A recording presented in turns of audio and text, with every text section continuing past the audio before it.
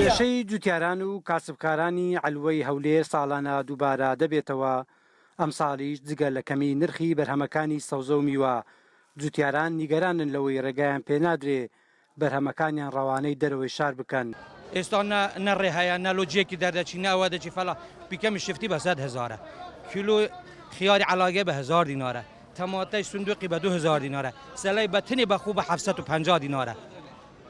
یعنی بەتنێ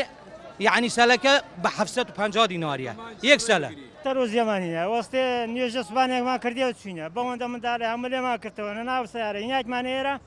باە 5 کرێ سیارژنەکە دستانم پێ پارە دەکەویشی ئێرە نییە ها پارەکەی دەکا هی ئێرانە و تورکیا و سووریا ئەوانەیە تقریبان بە یەکەوە پێرا دەگات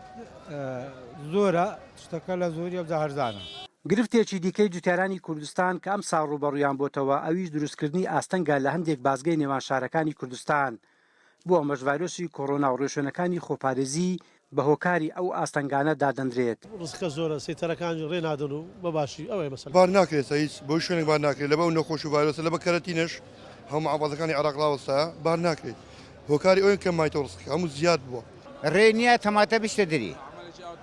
لێرەشی ئەو پارەی ناکات فەلا هەرمووکەوەی خوسارە بارکردن نییە هیچ نییە بە هیچ جێک بۆ هیچ جێک ناڕوە بنێم هاوردە نمایستا. زەرمەندبوونی جوتیارانی کوردستان بەگشتی و هەولێر بە تایبەتی لە کاتێکدایە حکوومەتی هەرێم باز لە گرنگیدان بە کەرتی کوشتتوکاڵ دەکا و بۆ مەبەستا چەندین پرۆژە و بەرنامە و پلانی تایبەتی بۆ مەبەستا ئامادە کردووە کەچی وەک جوتیاران ئاماژەی بۆ دەکەن ئەگەر بەکردار کێشەکانی جوتیاران و کاسبکارانی علوەکان چارەسەر نەکرێت ئەوە جگە لەوەی کەرتی کوشتتوکاڵ نابێتە جێگرەوەی نەوت بەڵکو زیانی زیاتری پێدەگات. تا عەبدوڵڵا گەلی کوردستان هەولێر.